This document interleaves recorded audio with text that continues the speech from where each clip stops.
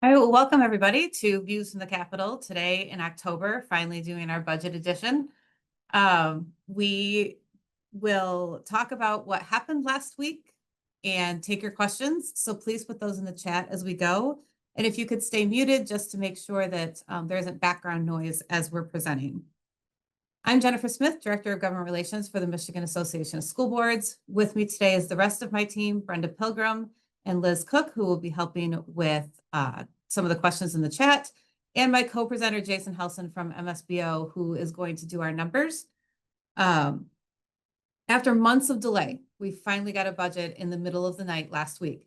So we appreciate your patience and your flexibility moving this to today from Friday, because the budget passed at about 1:45 in the morning on Friday morning. And Jason and I thought you'd prefer that we'd be awake and coherent when we present to you versus running on no sleep. As I said, put your questions in the chat as we go. We'll address as many of them as we can. We are recording this, so it will be available later in the week for anyone who missed out, that they'll be able to see it. You'll also find our budget summary up on our advocacy website. This goes through some of the more pertinent sections and tells you what happened to them.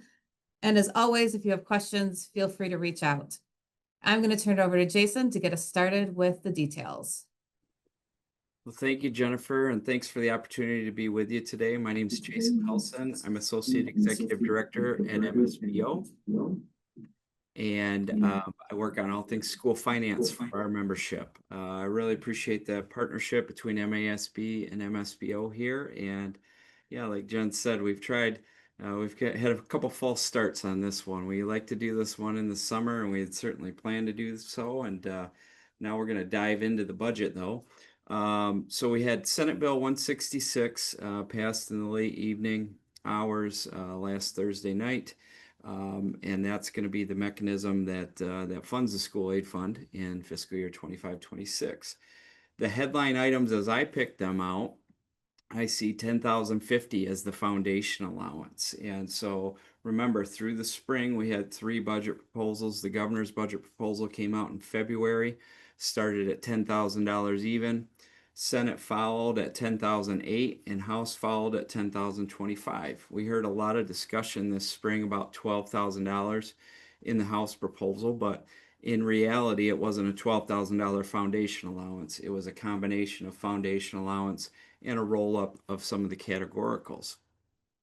So we see that $442 per pupil increase equates to 4.6%, and that 4.6% factor follows through to several other normal operating sections. We hear reference or see reference to this weighted average foundation allowance approach, and we see that 4.6% play into some of those subsections as well. We also see where we've seen a differentiation between cyber schools and brick and mortar schools and local districts. We see that go away. So everybody converges at the 10,050 amount for 25-26.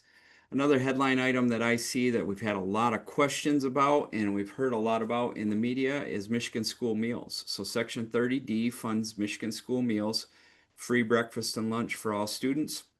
We see that continue. The main part of that is $200 million, once again, same as last year. And we see some added funds for non-public schools. I believe about 1.6 million added in. One of the big increases we see is for 31A at risk, and we see a 25% increase. And this was one of the Senate's priorities throughout the spring, and has been really for several years. So that's some big dollars being put towards that, about $259 million increase to increase Section 31A at risk allocations. Couple of the negatives as I pick them out, again, high level. We see more higher ed funding coming out of the school aid fund in this budget. And that was one of the fears that we had in the K-12 school community. And we talked about, could the entirety of state university funding be pushed into the school aid fund? That's not what happened. We saw $400 million. All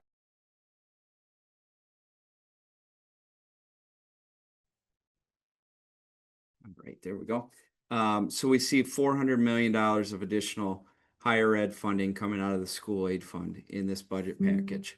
Another thing that would concern me as I pick it out right off the top, we lose section 147A1 funds. And whenever we talk about section 147, those are funds that your district receives to deal with MIPSR's pension costs. And so those have evolved over time. We see quite a bit of those flowing out to districts, over $2.5 billion in total last year in the different subsections. And so we see that $100 million cut. And this is something that's been proposed in past budget cycles, but has never quite passed. But this will have a district bottom line impact because these are cost offset dollars that do not get shipped back to the state of Michigan. And again, one of those things that was not expected, not proposed in the 3 budget proposals, and really came out of this conference committee negotiation. I think I see a question in the chat about, will we have 147A2? Yes, we will. We'll get to that in just a second. But thank you for that question. We see several new items come out of the conference committee. This is not exhaustive. Like, we see a lot of give and take in this budget process, a lot of ups and downs in the dollars. But a few things that jump out to me: section 12E for infrastructure grants, 100 million. Section 27B, grow your own, of 70 million. Section 31C, small class size grants, for 65 million. So those are some of the things that I'm wondering about, that I want to dig into a little bit more, that may impact your district or may provide opportunities for your district. Some things that were eliminated that we've been talking about throughout the spring. Section 22F really carries the day for me here. That was the categorical roll-up proposal from the House of Representatives budget proposal. That was, remember that $12,000 per pupil amount. That was the $1,975 to make up the gap between the $12,000 and the $10,025 foundation allowance. The idea here, and I've said throughout the spring that this deserves some debate, and there may be some merit to it, is, can we eliminate some of the categoricals or the grants, especially the competitive grants that are taking a lot of time and energy from districts and may not be impacting the classroom the way that we intended, and provide them in an allocation to districts, and maybe cut some of those strings, or at least loosen some of those spending strings. Ultimately, we don't see that included in this budget package, but I don't expect that idea or that debate to fully go away in the future. We see section 16B and C were targeted interventions from the executive budget recommendation.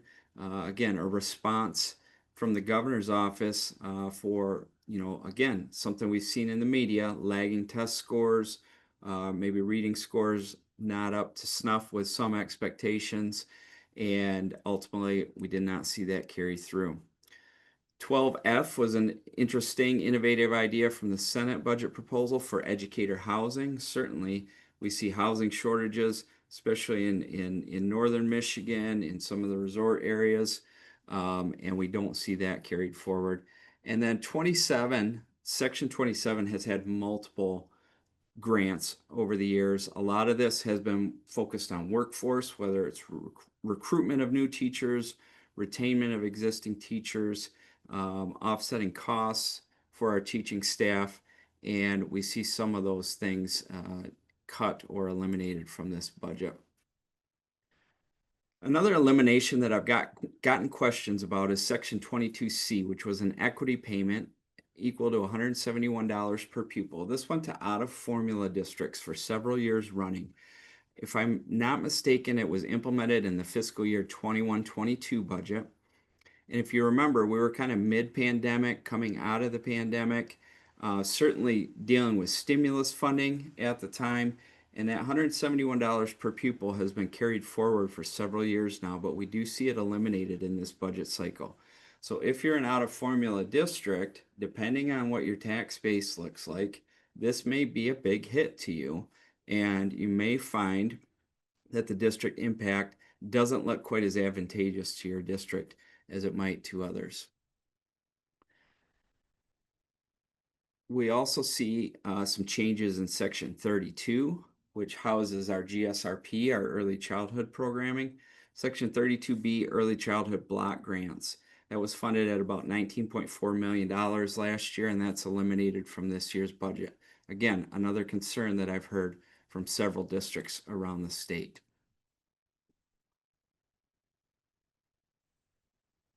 So Jason, going back to 147, there's a few questions in here about 147A2, A4, and going with the offset in 147C. Yeah. So could you just go through that like one more time, what those changes to MIPSers mean? Absolutely.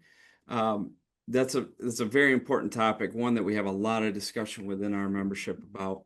There's a big dollars there, right? We're still talking about, even though we've seen reduced rates, we're still talking about paying up to or exceeding 40% of payroll into our pension system. It's a costly item to district budgets, and there can be a lot of revenue coming in as well. So let me run down the section 147s. On the revenue side, I've mentioned 147A1 goes away. $100 million is eliminated, and that is a hit to district bottom line. And it wasn't necessarily to be expected in this budget cycle. 147A2, we see that continue.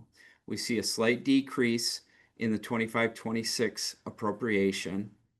About $29 million comes out of that, and that sits at about $336 million statewide.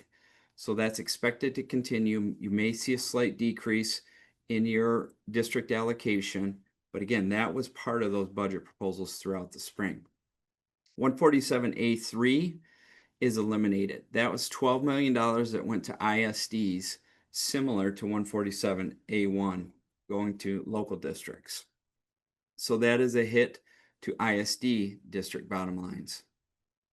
147A4 is where a lot of those dollars were in the fiscal year 24-25 budget. $598 million was appropriated last year, and that was intended to offset the 5.75% cost reduction that didn't go into effect until just recently, October 1st of 2025.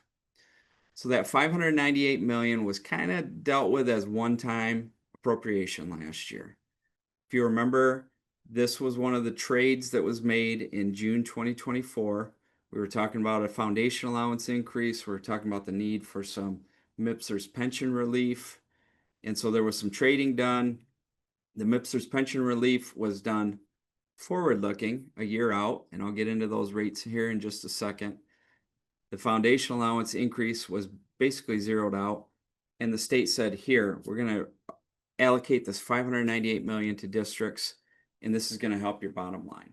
That goes away in this budget cycle, and we've repeatedly told membership as we go through the spring, don't plan on that because none of the three budget proposals included that for a second year. So while that was expected, that's a big hit to district bottom lines, especially if you miss that in the budget planning process.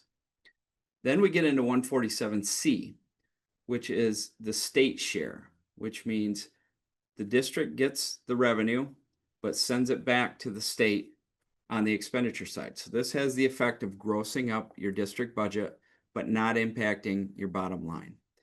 We see a pretty big increase to the 147C1 allocation. And we also see an increase in the state mandated rate. So districts are going to pay 15.02% of district payroll back into the state system, and you're going to get reimbursed through your 147C1 allocation this year. That sits at about $1.5 billion out of this budget cycle in 25-26. By the way, 147C2 is something that your district got last year. The 147C2 sub-allocation goes away in this budget cycle, but we do see an overall increase in 147C as well as the UAL rate. 147E is a little smaller pot of money. We see an increase to $118 million. That's to offset district defined contribution costs. And 147G caused a lot of consternation last year. That was an appropriation of $181.5 million, and it was intended to reimburse employees for the 3% health care deduction.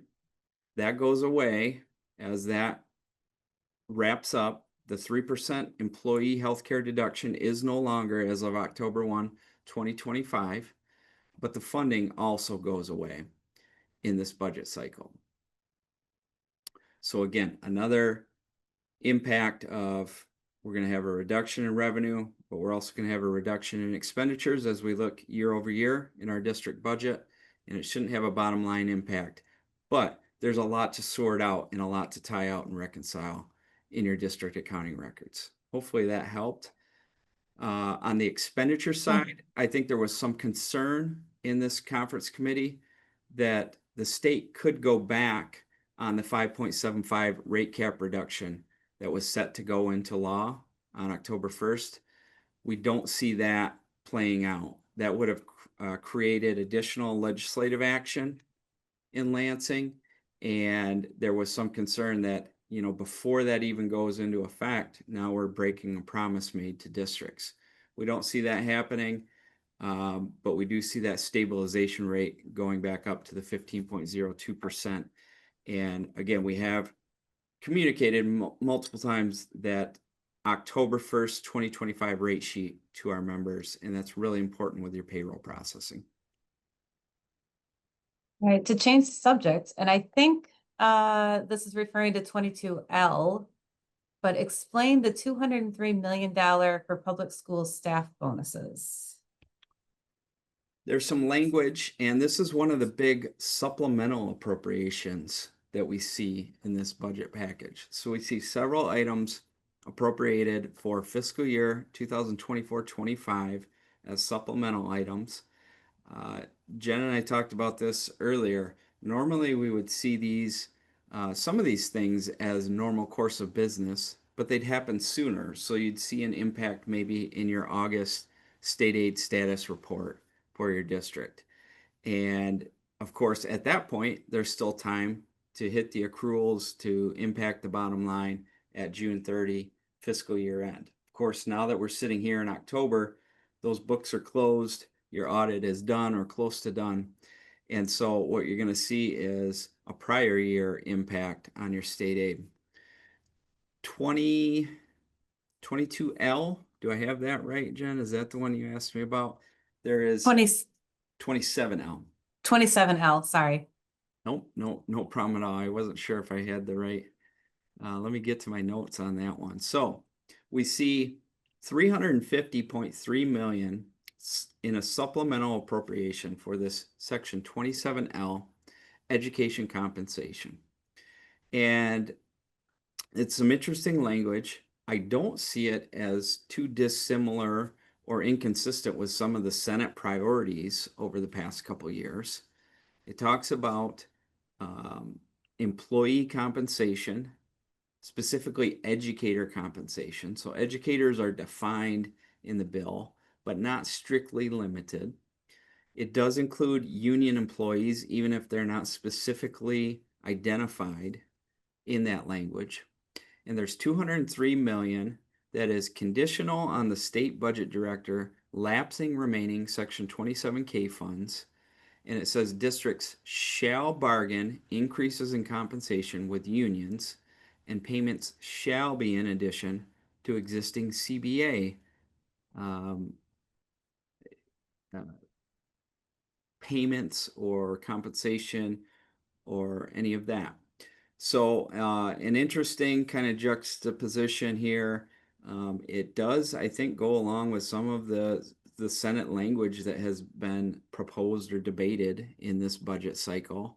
I think there's an interesting debate here about local control versus, really state prescription there. I wonder about, that conditional lapse of Section 27K funds, and is that something that is a done deal or that we need to worry about? And I don't have a great answer for that, but that's $203 million out of that $350 million appropriation.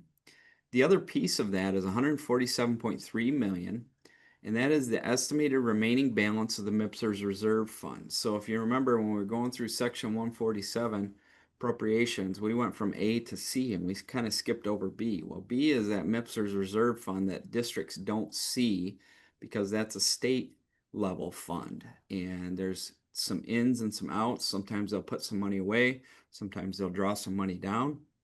Well, in this case, the legislature intends to lapse that remaining balance and to send that out to districts.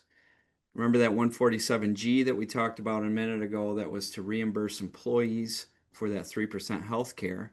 Well, now districts are taking on a lot more of that cost share because of how that's been approached and because employees are no longer paying the 3% for retiree health care. So districts are taking on a higher normal cost in that retiree health component, and that 147.3 million is intended to offset the normal costs of retiree health that districts are paying. So for me, this says, okay, districts have a higher pension expense, essentially, a higher MIPSR's expense in 25-26 because of this change. And so they're going to get some revenue to offset that. So that's not necessarily a payment out because we're already paying it into ORS, into the MIPSR's system. So two kind of separate components there. I still have a lot of questions on this. I do see some language in this section that says this carries forward into fiscal year 25-26 because remember, it's been made as a supplemental appropriation for last school year. So I don't know if that answers questions or raises more, but that's how I saw it, and it certainly is an interesting section in this budget. And we do know, even though we've had, the weekend to go through this, there are definitely questions throughout this budget that we're going to be seeking answers to as we get farther into the fall. But moving back to the GSRP block grants, one of our participants started 4 GSRP classrooms last year. Can you elaborate on how that block grant being eliminated? That's another one I have a lot of questions about. Certainly, I have some experience at the ISD level, and I could see, the benefit of that block grant and funding that, and how that was impacting both ISD programming as well as local programming.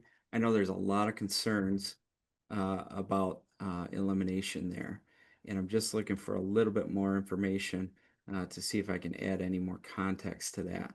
I do know we do see an overall increase in the Section 32 pot of money, but there's multiple sub-grants there. We do see an addition of a GSRP 3-year-old preschool pilot program, but it's really not clear to me how or if we're able to fund the activities that were coming out of that block grant previously. And going back to the 147s, the 147G, I know there were not enough funds for all the schools to reimburse at 100%. And I appreciate the conversation that's going on in the chat. One district said they prorated, one district said they paid 100%. But what do you say if there were not enough funds allocated to cover that reimbursement? Ultimately, that ended up being a district decision, but here's what I can tell you.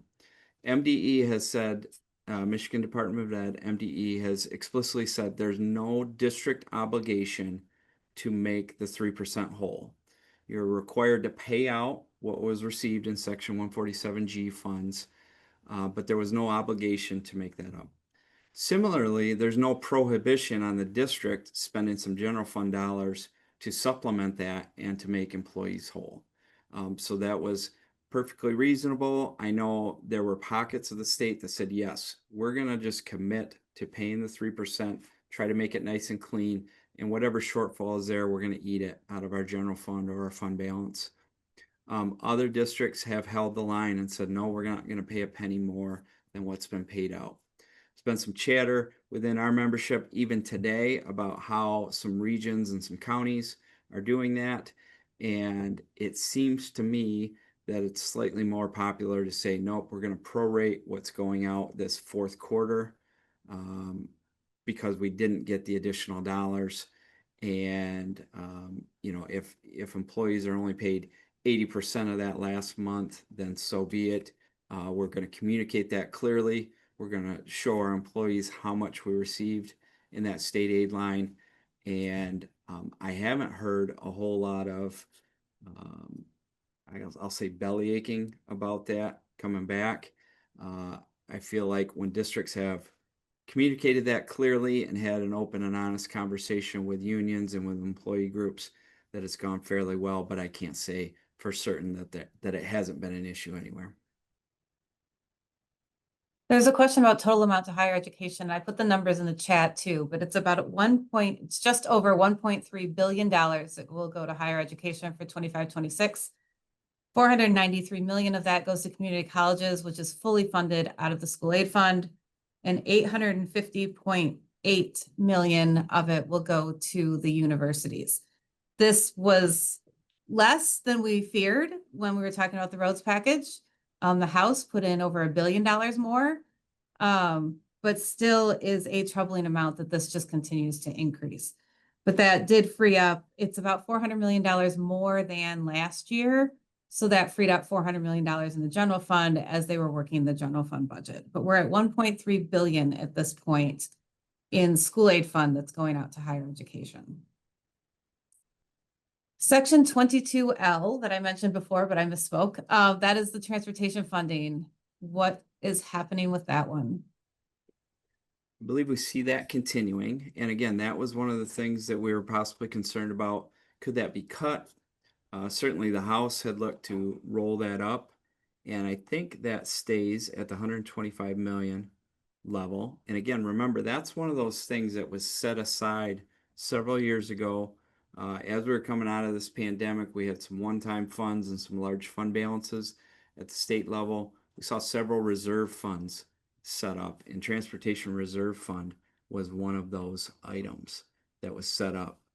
Transportation, 125 million in fiscal year 24-25. And we see that carried forward at the same level in 25-26. There's a question about 51E special education funding. The district impact sheet shows an increase in that. That follows the regular per pupil funding, correct? Correct. That's one of those where we see some conference changes and some cost adjustments, but from my perspective, those are normal course of business. So the state works, okay, pupil counts versus state obligation, taxable values, all of those. And that's where we see some adjustments in 22B and 51E that don't necessarily mean anything other than the normal course of business. But yes, we see that adjusted to the 10,050 per pupil level. 31AA, the Student Mental Health and Safety Funds, says is one time over 2 years. Is there clarification on how that is to be split over the 2 years?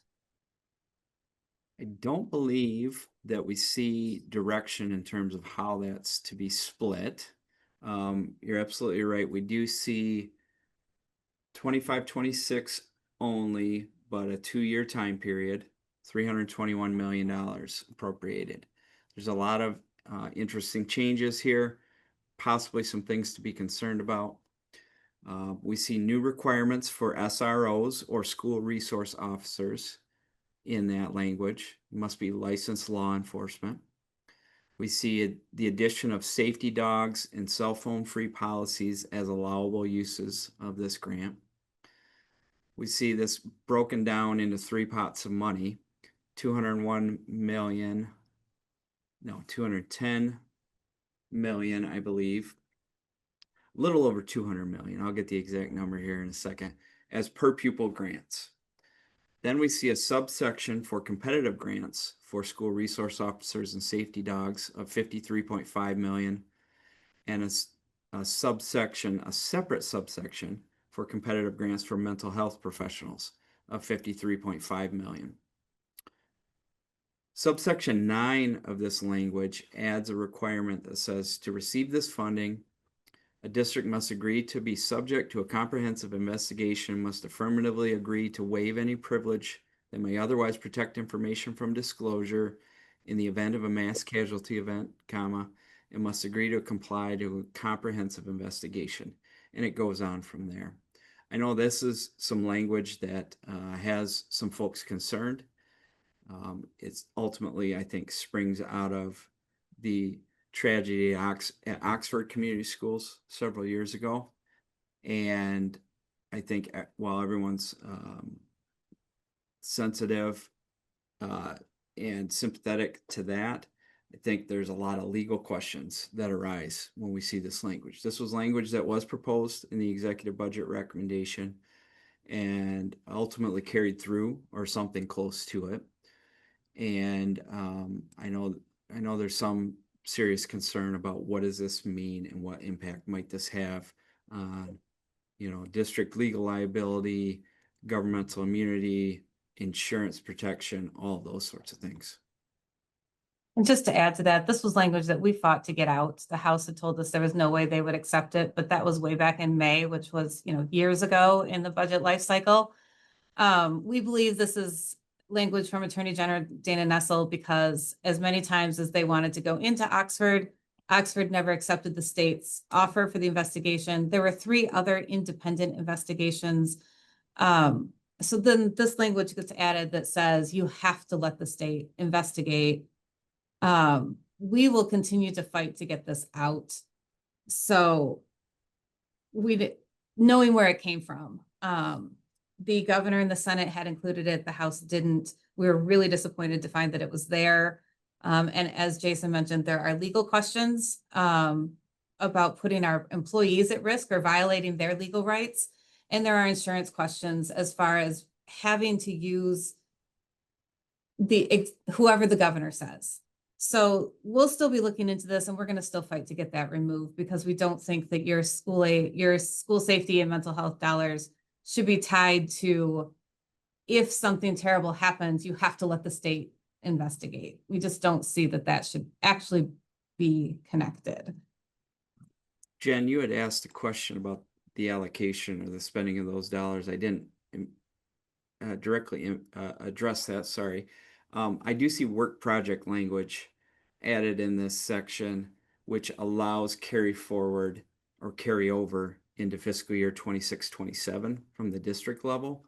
So that's some of how I would anticipate that to go. If your district says, yes, we're going to apply for all 3 of these sections, you may be granted the award and be able to spend it in 25-26 and 26-27. And there's an ultimate completion date out to September 30, 2029. So there may be even an additional opportunity to extend that spending. So going to breakfast and lunch, some districts did choose to charge since October 1. I know there were a couple districts that started charging at the beginning of the school year. With the passage of the budget, it is retroactive to October 1st. Would they need to reimburse those families? It's a great question that I haven't directly had to deal with yet. I know that MDE has Michigan Department of Ed, Nutrition Services Department has issued some guidance. I know we tried to connect with our membership on September 11th for our MDE MSBO workshop, and they had both some initial guidance there as well as some additional guidance that came out later on. This is not meant to be, and I told you so. MDE has encouraged and advised districts all along, try to extend the free meals as much as possible. And they advise districts against going to a charging meals system on October 1st.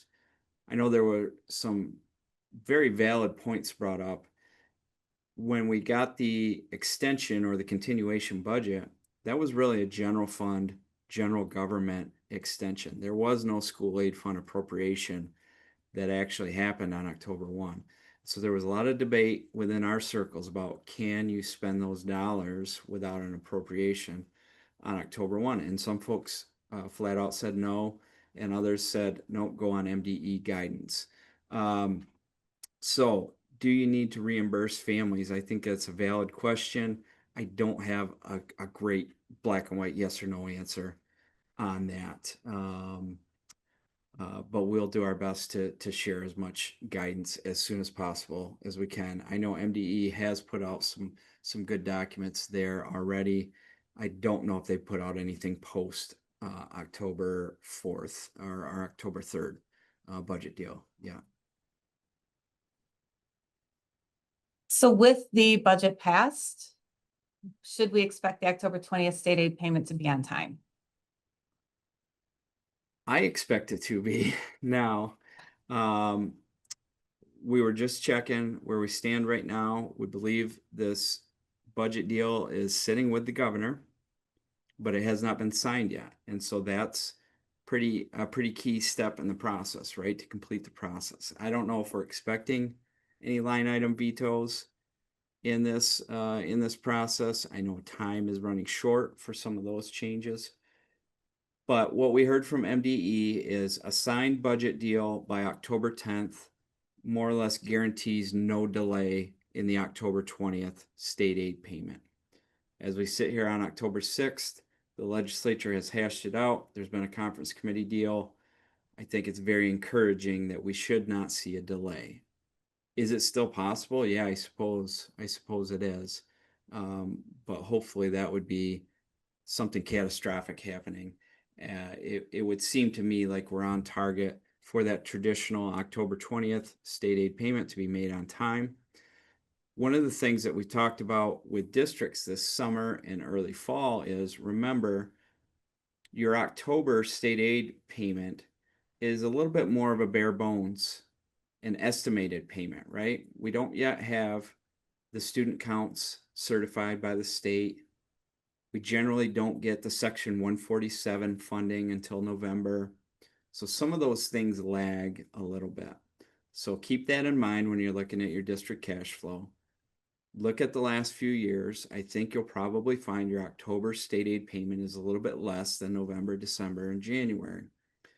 So keep that in mind and make sure you've got your updated cash flow. And some districts I've talked to have even suggested that, maybe those November changes are going to be delayed a little bit this year as this whole process has been dragged out and delayed as well. So be conservative when you're projecting that cash flow out. The last thing you want to do is miss payroll or not be able to pay a key bill. So it looks like that's a lot of the money questions, the dollar questions, but there's other questions regarding boilerplate in the chat. So I am going to go through some of those. The first one is, this is the highest increase in foundation allowance. Every year we hear this is historic funding. It's because this year we have more money in the school aid fund than we did last year, than we did the year before. So as we get more money every year, everybody gets to claim historic funding. So take that phrase with a grain of salt. It just means that there's more money in the budget this year than there was last year. The investigation clause related to 31AA, it does apply to the entire section. If you do not say that you will take part in that investigation, if something terrible happens, you do not receive funds under the section. Again, we are going to try to get that removed. We know we're going to have to do a supplemental to clean some of the stuff up. And we've already been in contact with the governor's office to say, by putting that on that money, we have heard from districts, they won't even apply because they don't want to sign that form that says the state gets to investigate and gets to determine who investigates. So they're really taking money away from people by putting that in there. So we will continue to push on that. But I know that most of the education groups have already spoken to the governor's office to say that that needs to go for both legal and insurance purposes. The 5% state aid penalty, this is included in 164K. It's a new section that is slightly better than what came out of the House, but it does list all the things that if you do, you will not get money. So this is, if you fail to comply with federal rules regarding school meals, if you do not, sorry, I just lost my page. If you give out financial incentives for attending school on count day, you have to make all of your student surveys and the results public and notify parents the survey is coming. You have to use the department's curriculum that is evidence-based. And then the one that I get asked about the most is you have to require every student to fill out the free and reduced lunch application. In that section, it does say to the extent practicable. But this is something we'll also be going back to the legislature to say, there's no reason, we've never had everybody fill that out. There are parents that there's no reason for them to fill that out and no reason to make them. So we'll try to address that again and try to get that out, but it does say to the extent practicable. So as long as you try, then it counts. The other thing to keep in mind is MDE would have to audit every district to make sure they're doing all of these things. I'm not telling you not to do them because you could lose a penalty. But this was definitely something that was put in there in negotiation with the House, because the House had two different sections in their budget that would have penalized districts for doing various things. So this is what it boiled down to. That application for free and reduced lunch, we will be talking about, but remember that it says to the extent practicable. A couple of the other sections I wanted to point out. In section 81, the ISD funding, language that we've had in the past is back, and it requires you to include all public schools in meetings, presentations, superintendent meetings, all of that. It's language that the charter schools got put in a few years ago. We got taken out, and now it's back. So it's the same requirement as before, that you have to include the charters in your superintendent meetings and other meetings at the ISD level. New section 18D kind of mirrors what's in 27L in the supplemental, but it states that in any fiscal year that you get an increase in the target foundation, you should use a portion of that for permanent increases in educator compensation, especially starting salaries.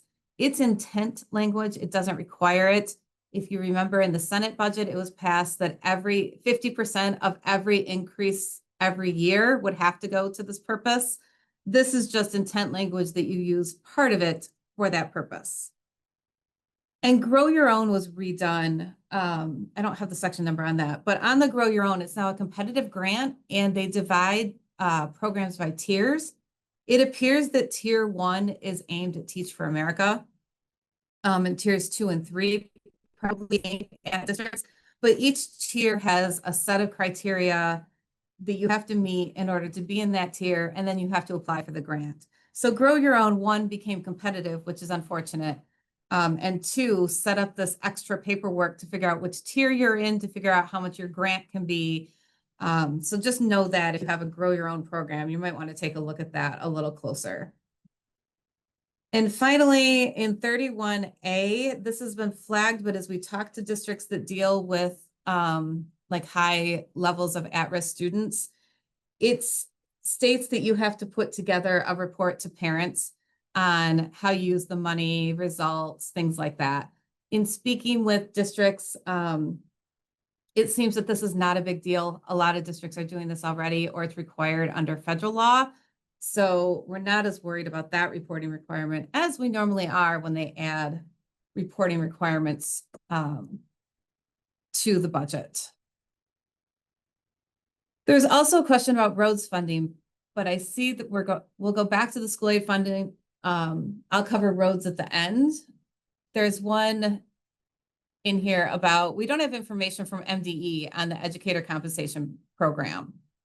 But as you mentioned, Jason, there's language in there that says that it has to be bargained. Do you have any explanation or any additional information? I know we haven't seen anything because this just got passed.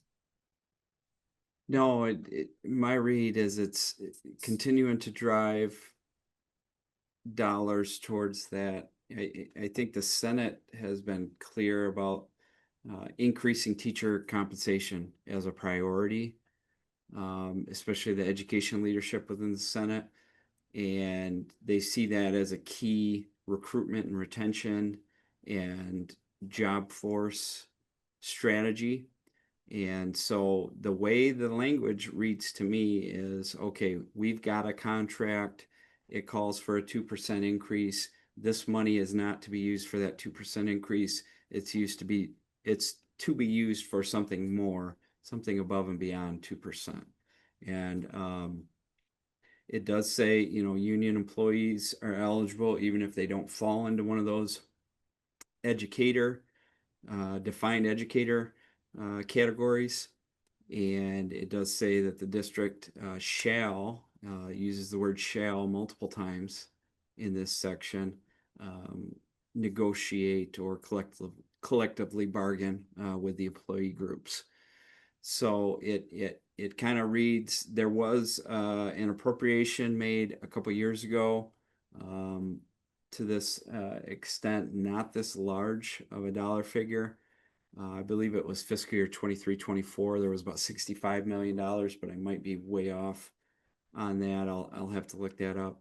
But it was to be used for employee compensation. Now that language, I believe, was allowed to offset existing increases or existing compensation. But this is written a little bit differently than how I read that. And then this was a conversation in the chat too, with regard to 31A, sorry, at-risk money being increased by 25%. There's a large number of districts that are showing a decrease in these funds and the district by district impact. And it's mentioned, Jason, you mentioned about the Medicaid eligible. I know some districts had trouble getting forms filled out. But do you want to expand on that a little bit? There was a highlight done by Citizens Research Council, and what we had was post-pandemic, we had some automatic Medicaid eligibility provisions, and those expired. And so if your district, county, ISD did not have a plan for what happened when that expired, and if records aren't up to date, there could be quite a large drop-off in our eligibility numbers. Remember, economically disadvantaged is one of our major categories here. And so for some counties, we saw some drastic changes in district allocations and grant amounts, big increases in some districts, big decreases in others that were strictly related to this student count issue, which we could kind of trace back to the expiration of that automatic Medicaid eligibility provision. So I would guess that that has something to do with it. I'm looking at the House Fiscal Agency district impact right now, and it says in parentheses, decreases are due to enrollment. So I think at least that's one of the factors, if not the factor driving that. And then there's a question about we've been completing the EBF forms instead of free and reduced. When we went to free meals, MDE rebranded that. It's still the same information, so you should be fine as long as you have them filling out a form. But MDE purposely rebranded it as an educational benefit form to try and get more families to fill it out. So it was still the free and reduced lunch. They just were trying to push that to get more families to fill it out so that we could get better numbers as we did the meals. And a question about the investigations. When I mentioned that the investigation language is in here, it is not that if you have a tragic event, you shouldn't have an outside investigation. Absolutely. The problem with this language is that the governor gets to determine who the person is to investigate.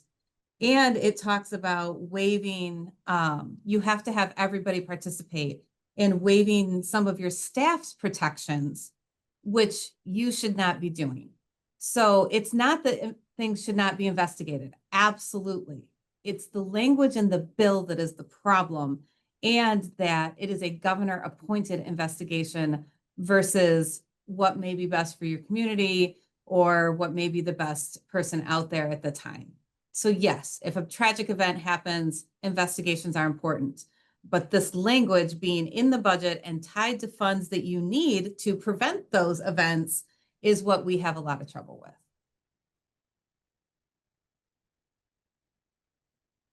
We mentioned transportation costs. Those will continue. Then 147G, we talked about that. Question, Jen, that I think came directly to me, and Okay. there's a question or a concern about audit deadlines this year. The federal audit compliance supplement has yet to be issued. And as we know, we've got some challenges happening at the federal level as well. There was some language here that allowed for some flexibility. And let me find that real quick. But it is in section 18, and it says if the issuance of single audits is delayed for the 24-25 school year due to a late issuance of the compliance supplement, the single audit portion of that audit must be filed within 30 days of the issuance of the compliance supplement by OMB. I don't know if this fully, fixes the issue, but it is an acknowledgement that this compliance supplement issue is a concern for districts and for school district auditors, because MDE only has a certain amount of flexibility, really no flexibility with that November 1st deadline. And they've repeatedly said a district audit submission, if you are a single audit district, has to include all those pieces in order to be complete. Another question about stabilization of funds for declining enrollment. That section does continue. It is still only at $71 million. So even though the per pupil is going up, the funding in that section is not. So there is money there, but the 71 million will be prorated for districts to help deal with those large enrollment drops.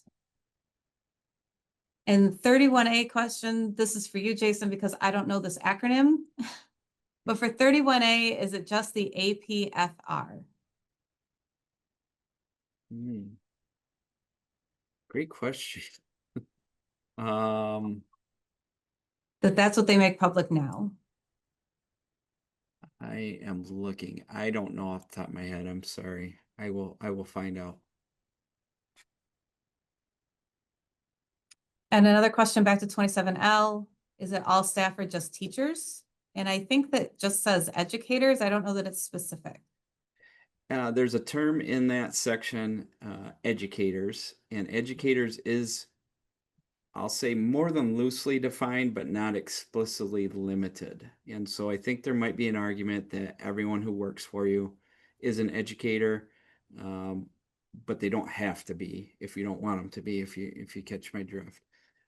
There is another clause that says all union employees, even if they don't qualify as an educator in this other sentence, qualify under this section. So it really is getting at, driving some dollars to the union and driving some dollars to those that would be considered educators. Your classroom teachers would be forefront in that, but it's not limited to classroom teachers either. And then a question about 20M, I think that's now 20J, but 20M Foundation Impact. What interest rate are they using for the calculation? Again, another great question. You and I had touched upon that one earlier, and I'm not 100% clear on that. So I'm going to have to follow up on that one as well. Apologies that I don't have a better answer today.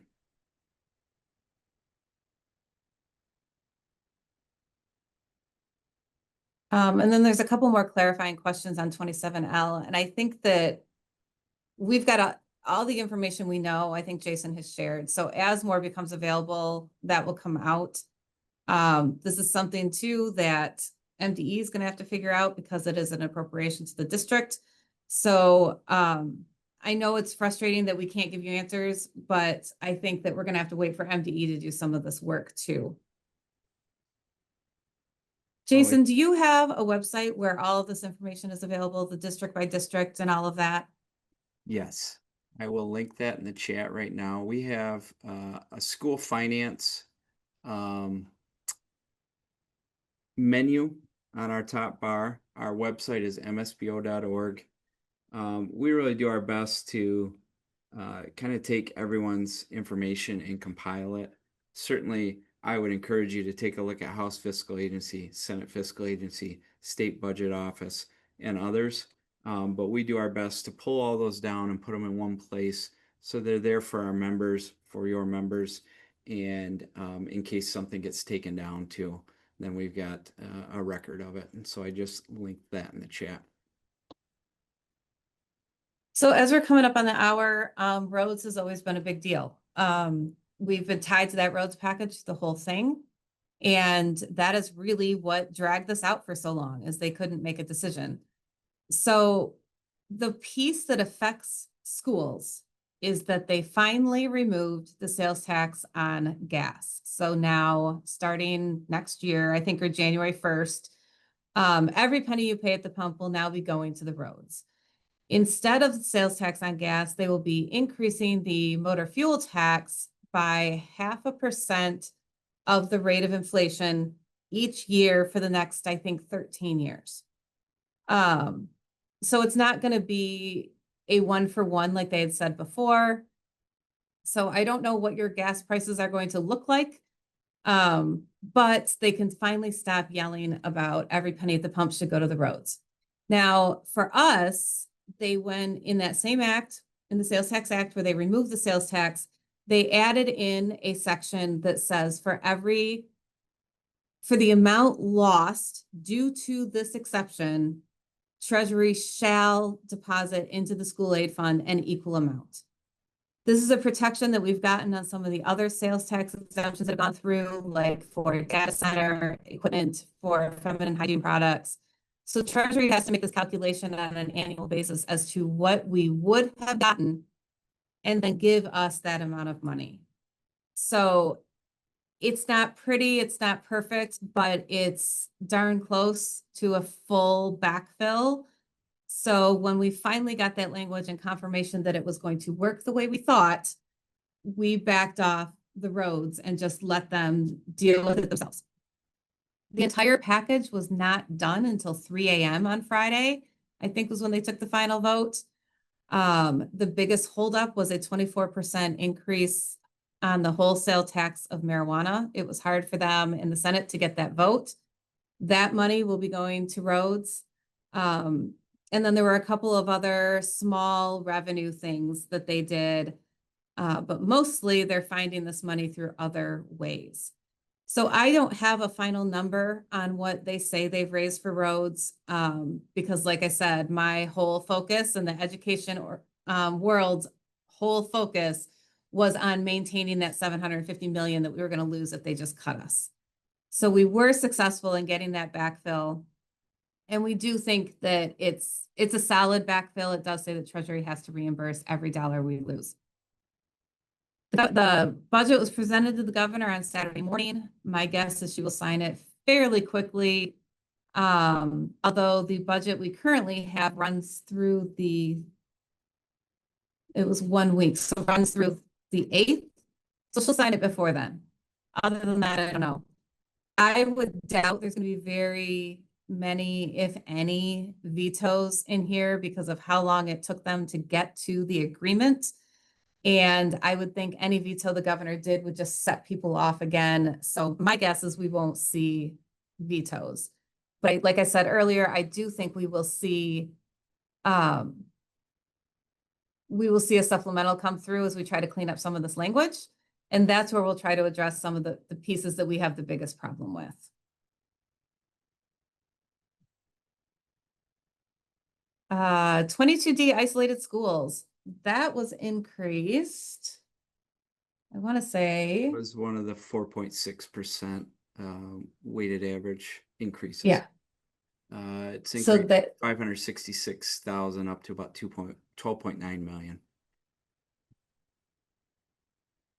And are there any other questions about the school or state level things? And then real quick before we hang up, I will touch on the federal debacle that we have too.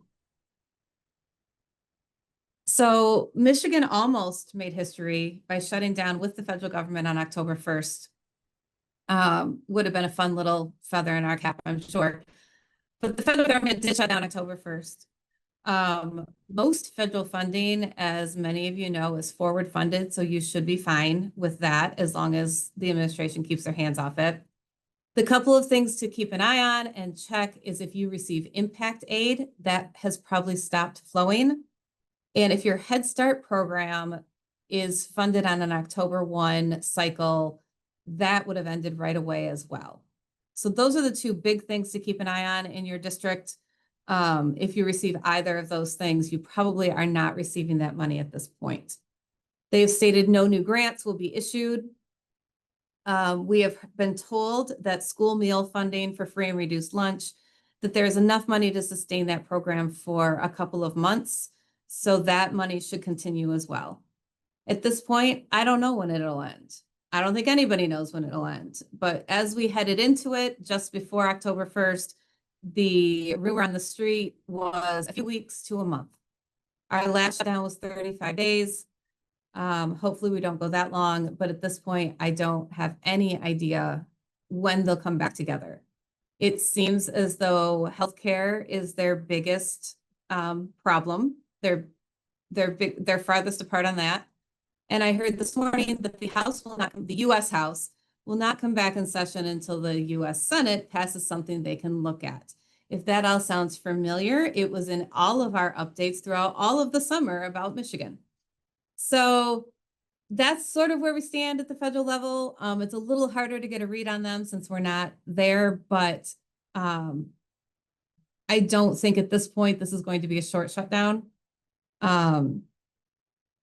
It's going to affect your regular life once in a while. So if you had planned to go to like a national park on vacation in October, I'd cancel that vacation. But at this point, other than Impact Aid and Head Start, so far, school should be okay. Anything to add for that, Jason?